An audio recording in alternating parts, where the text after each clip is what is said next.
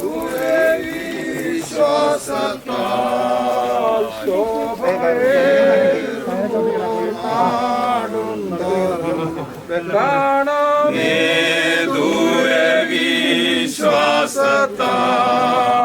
താതൻ വാസം നമുക്കൊരുക്കി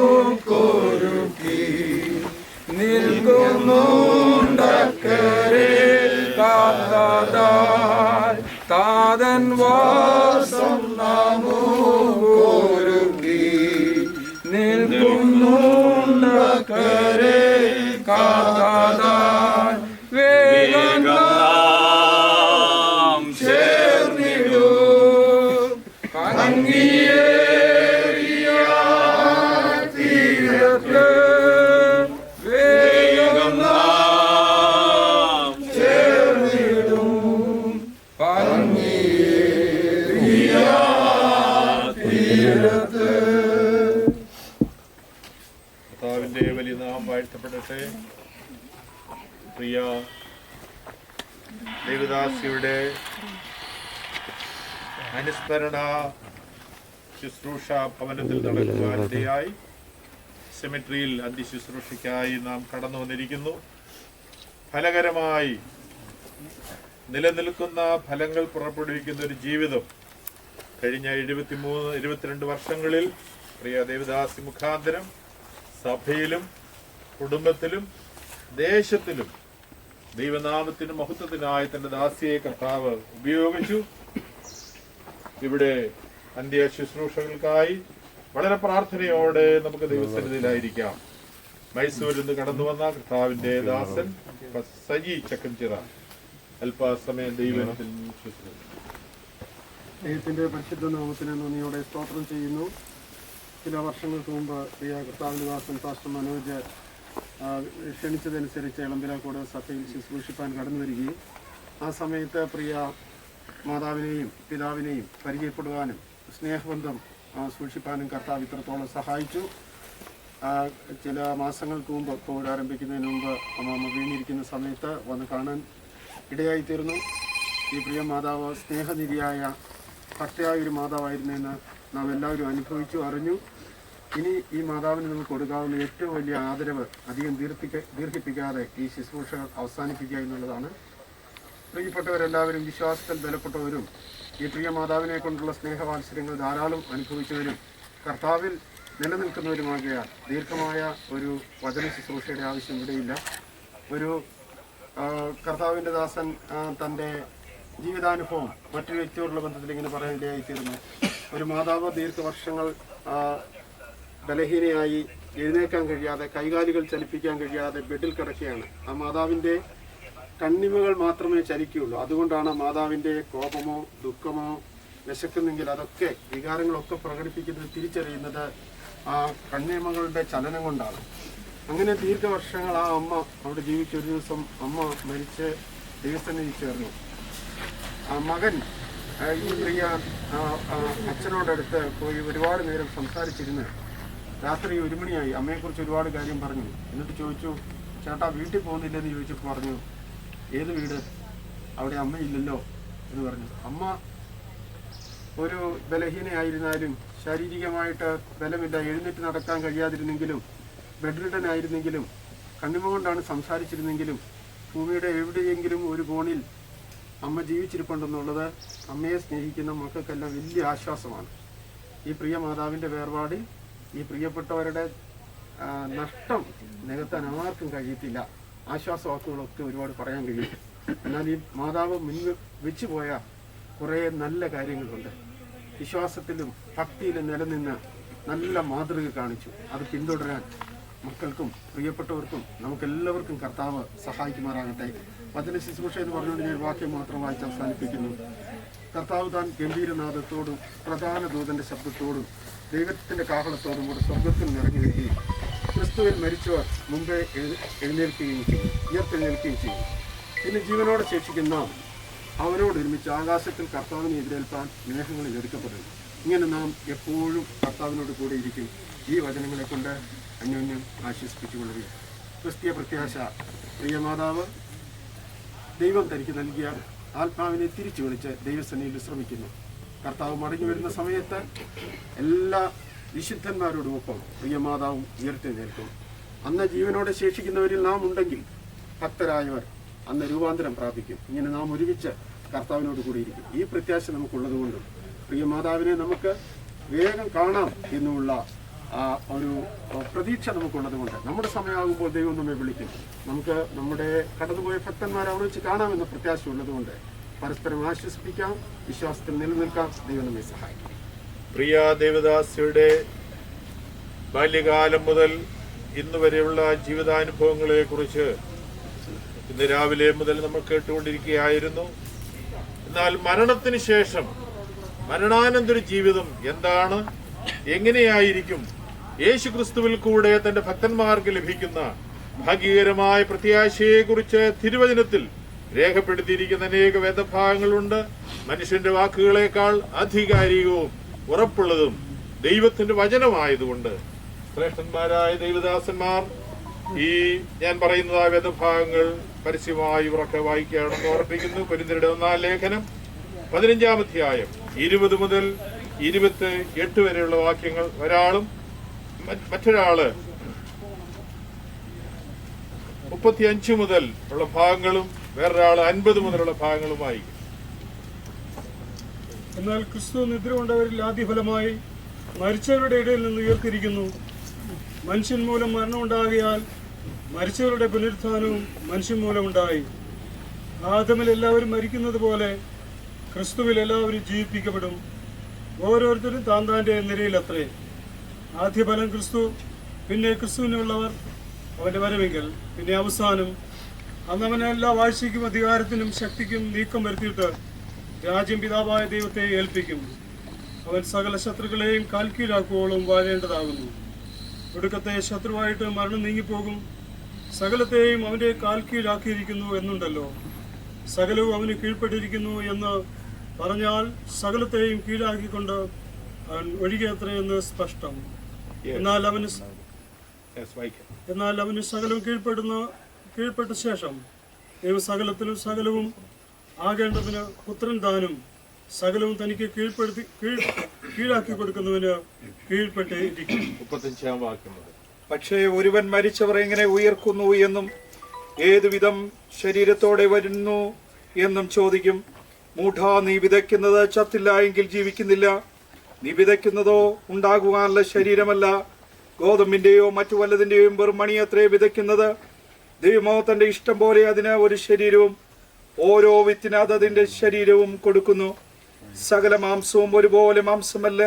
മനുഷ്യരുടെ മാംസം വേറെ, കന്നുകാലികളുടെ മാംസം വേറെ, പക്ഷികളുടെ മാംസം വേറെ, മത്സ്യങ്ങളുടെ മാംസം വേറെ. സ്വർഗീയ ശരീരങ്ങളും ഭൗമശരീരങ്ങളും ഉണ്ട്. സ്വർഗീയ ശരീരങ്ങളുടെ തേജസ് വേറെ, ഭൗമശരീരങ്ങളുടെ തേജസ് വേറെ. സൂര്യന്റെ തേജസ് വേറെ, ചന്ദ്രന്റെ തേജസ് വേറെ, നക്ഷത്രങ്ങളുടെ തേജസ് വേറെ.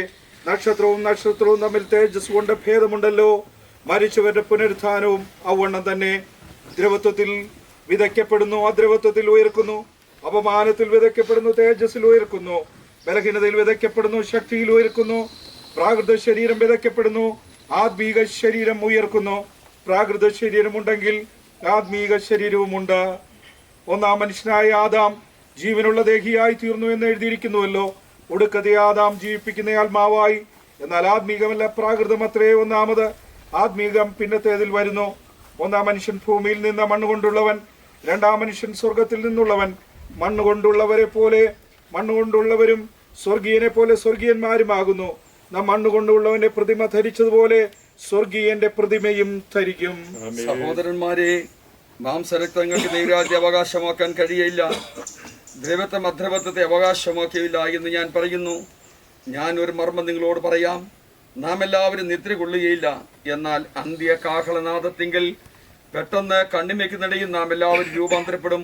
കാഹളം ധ്വനിക്കും, മരിച്ചവർ അക്ഷരായി ഉയർക്കുകയും നാം രൂപാന്തരപ്പെടുകയും ചെയ്യും. ഈ ദ്രവത്വമുള്ള അദ്രവത്വത്തെയും ഈ മർത്യമായത് അമർത്യത്തെയും ധരിക്കണം. ഈ ദ്രവത്വമുള്ള അദ്രവത്വത്തെയും ഈ മർത്യമായത് അമർത്യത്തെയും ധരിക്കുമ്പോൾ മരണം നീങ്ങി ജയം വന്നിരിക്കുന്നു എന്നെഴുതിയ വചനം നിവൃത്തിയാകും. ഹേ മരണമേ, നിന്റെ ജയം എവിടെ? ഹേ മരണമേ, നിന്റെ വിഷമുള്ള എവിടെ? മരണത്തിന്റെ വിഷമുള്ള പാപം, പാപത്തിന്റെ ശക്തിയോ ന്യായപ്രമാണം. നമ്മുടെ കർത്താവായ യേശു ക്രിസ്തുമോക നമുക്ക് ജയം നൽകുന്ന ദൈവത്തിന് സ്തോത്രം. ആകിയാൽ എൻ്റെ പ്രിയ സഹോദരന്മാരെ, നിങ്ങൾ ഉറപ്പുള്ളവരും കുലുങ്ങാത്തവരും നിങ്ങളുടെ പ്രയത്നം കർത്താവ് വ്യർത്ഥമല്ല എന്നറിഞ്ഞിരിക്കിയാൽ കർത്താവിന്റെ വേലയിൽ എപ്പോഴും വർദ്ധിച്ചു വരുന്നവരും ആകുവീൻ. ഹേ മരണമേ, നിന്റെ ജയം എവിടെ? ഹേ മരണമേ, നിന്റെ വിഷമുള്ളെവിടെ? മരണത്തിന്റെ വിഷമുള്ള പാപം, പാപത്തിന്റെ ശക്തിയോ ന്യായ പ്രമാണം. നമ്മുടെ കർത്താവായ യേശു ക്രിസ്തു മുഖാന്തരം നമുക്ക് ജയം നൽകുന്ന ദൈവത്തിന് സ്തോത്രം. യേശു ക്രിസ്തുവിൽ കൂടെ ഭാഗ്യകരമായ പ്രത്യാശയുള്ള എല്ലാവരും തങ്ങളുടെ വിശുദ്ധ കരങ്ങൾ ഉയർത്തി ദൈവത്തിന് സ്തോത്രം ചെയ്യാം. Hallelujah, hallelujah. പ്രിയ മാതാവിന്റെ ഭൗതിക ശരീരത്തിന്റെ ഭൂമിയിലെ അന്ത്യദർശനത്തിനായുള്ള സമയമാണ്. ആരെങ്കിലും കാണാത്തവരുണ്ടെങ്കിൽ അവർ കാണുന്നതിനുള്ള അവസരമാണ്. അതല്ലെങ്കിൽ മക്കൾ മുൻപോട്ട് കടന്നു വന്ന് പെട്ടി ക്ലോസ് ചെയ്ത്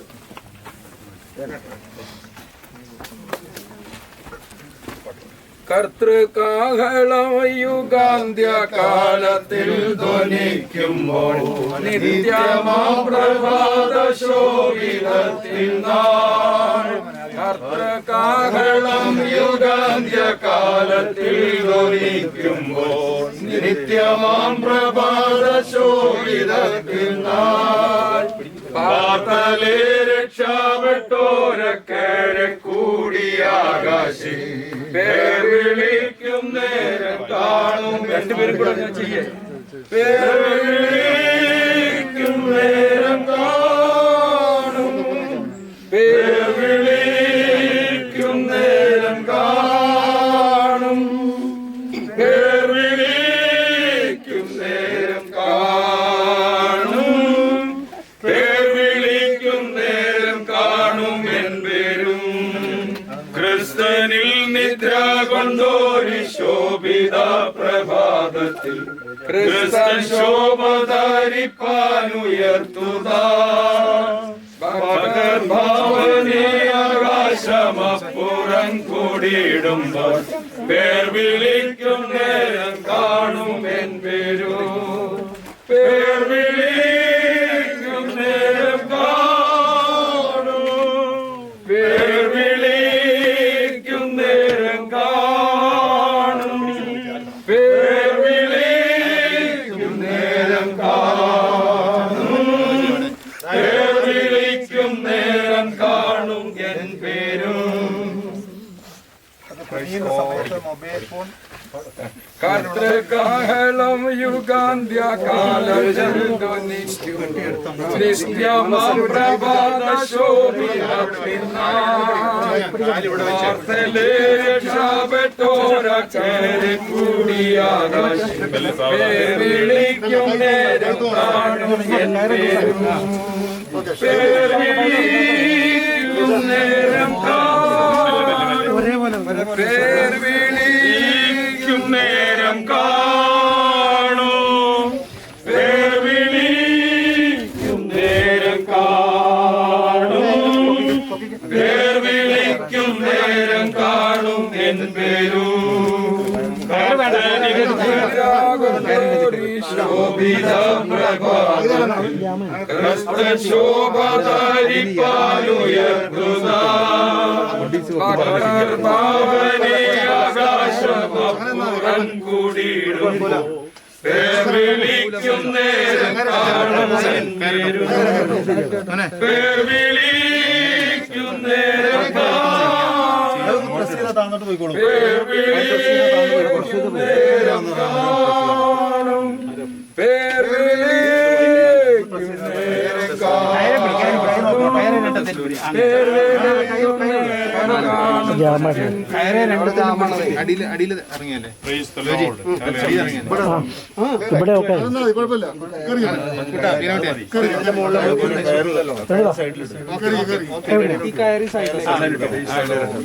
ഒക്കെ ഏറ്റവും ആസന്ന ഭാവിയിൽ ദൈവസഭയ്ക്ക് സംഭവിക്കാൻ പോകുന്ന ഭാഗ്യകരമായ പ്രത്യാശയെ കുറിച്ച് തെസ്സലോനിക്കരുടെ 1 ലേഖനം 4-ാം അധ്യായം 13 മുതൽ 18 വരെയുള്ള വാക്യങ്ങൾ ഇപ്പോൾ. സഹോദരന്മാരെ, നിങ്ങൾ പ്രത്യാശയില്ലാത്ത മറ്റുള്ളവരെ പോലെ ദുഃഖിക്കാതിരിക്കേണ്ടതിന് നിദ്ര കൊള്ളുന്നവരെ കുറിച്ച് അറിവില്ലാതിരിക്കരുതെന്ന് ഞങ്ങൾ ആഗ്രഹിക്കുന്നു.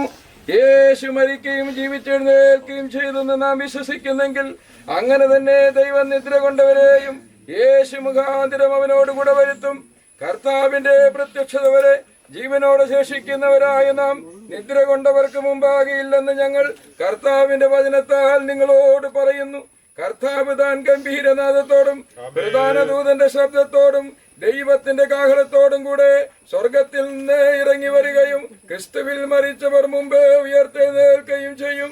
പിന്നെ ജീവനോടെ ശേഷിക്കുന്ന നാം അവരോടൊരുമിച്ച് ആകാശത്തിൽ കർത്താവിനെ എതിരേൽപ്പാൻ മേഘങ്ങളിൽ എടുക്കപ്പെടും. ഇങ്ങനെ നാം എപ്പോഴും കർത്താവിനോട് കൂടെ ഇരിക്കും. ഈ വചനങ്ങളെ കൊണ്ട് അന്യോന്യം ആശ്വസിപ്പിച്ച് കൊള്ളുവീൻ. കർത്താവ് താൻ ഗംഭീരനാദത്തോടും പ്രധാന ദൂതന്റെ ശബ്ദത്തോടും ദൈവത്തിന്റെ കാഹളത്തോടും കൂടെ സ്വർഗത്തിൽ നിറങ്ങി വരികയും ക്രിസ്തുവിൽ മരിച്ച മുമ്പേ ഉയർത്തെഴുന്നേൽക്കുകയും ചെയ്യും. പിന്നെ ജീവനോട് ശേഷിക്കുന്ന നാം അവരോട് ഒരുമിച്ച് ആകാശത്തിൽ കർത്താവിനെ എതിരേൽപ്പാൻ മേഘങ്ങളിൽ എടുക്കപ്പെടും. ഇങ്ങനെ നാം എപ്പോഴും കർത്താവിനോട് കൂടെ ഇരിക്കും. ഈ കണ്ണുനീരിലെ ലോകത്തിൽ പ്രത്യാശയുടെ ശ്രേഷ്ഠമായ വചനങ്ങൾ കർത്താവ് നമുക്ക് നൽകി തന്നിരിക്കുന്നു. ഈ പ്രത്യാശയുള്ള എല്ലാവരും ഒരിക്കൽ കൂടെ കരങ്ങൾ ദൈവത്തിന് സ്തോത്രം ചെയ്യാം. Hallelujah, hallelujah.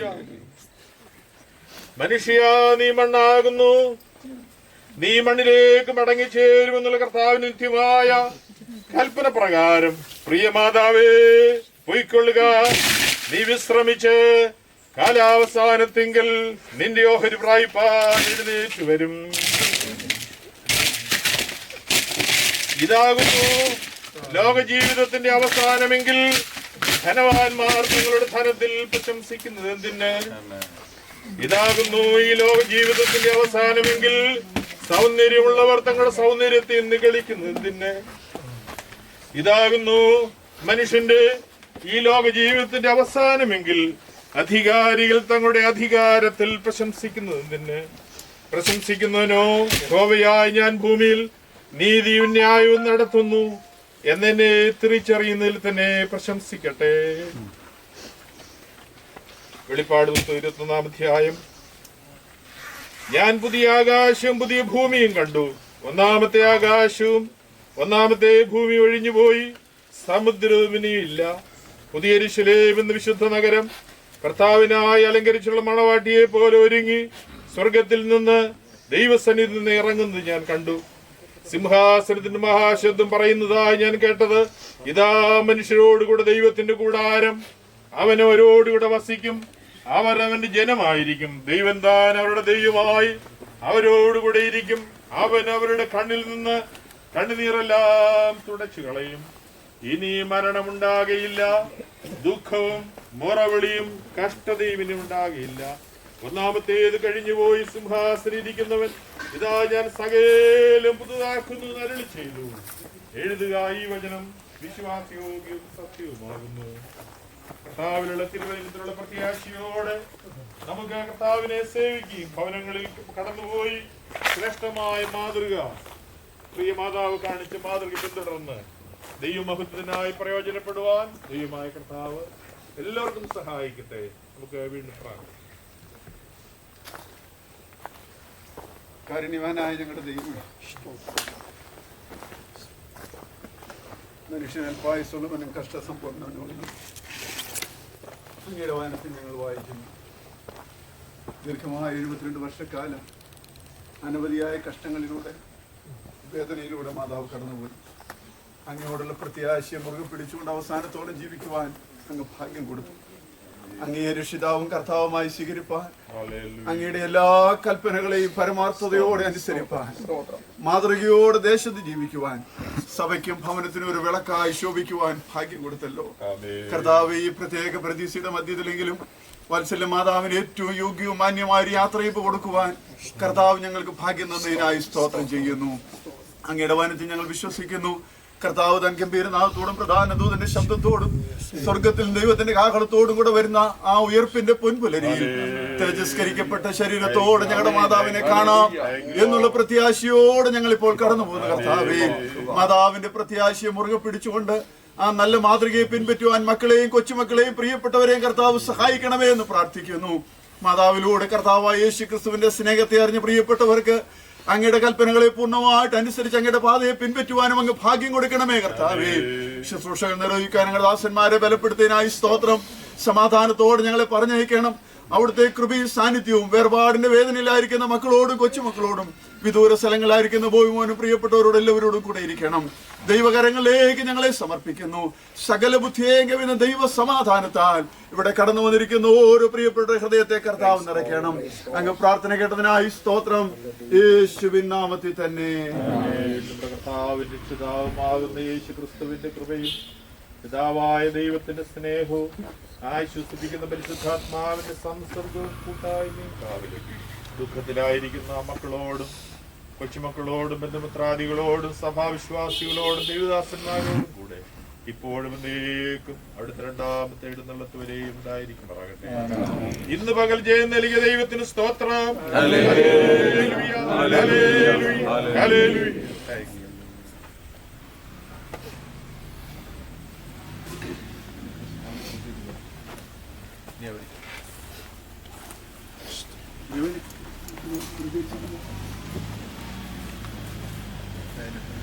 സെമിത്തേരിയിൽ വന്ന് ശുശ്രൂഷ നിർവഹിച്ച ബഹുമാന്യരായ പാസ്റ്റർമാരോട് ഇവിടെ വന്ന് സഹകരിച്ച എല്ലാ പ്രിയപ്പെട്ടവരോടും കുടുംബത്തിന്റെ പേരിൽ നന്ദി അറിയിക്കുകയാണ്. ഭക്ഷണം ഭവനത്തിൽ ക്രമീകരിച്ചിട്ടുണ്ട്, അതുകൊണ്ട് അത് കഴിഞ്ഞിട്ടേ പോകാവൂ. ഭവനത്തിലൂടെ വന്ന് അവിടെ വന്ന് പ്രാർത്ഥിച്ച് പോകുവാനായിട്ട് താല്പര്യപ്പെടുക.